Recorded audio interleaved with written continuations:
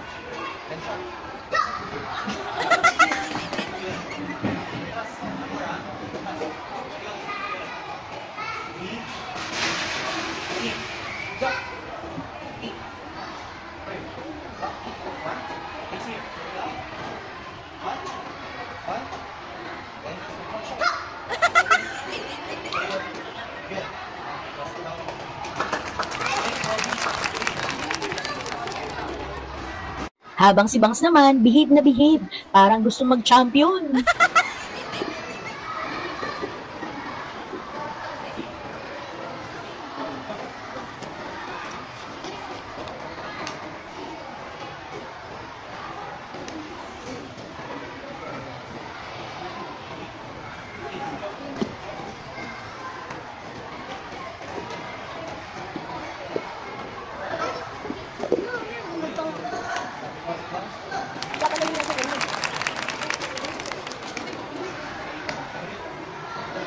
Pero kahit ganyan si Joven, wag nating i-judge, char.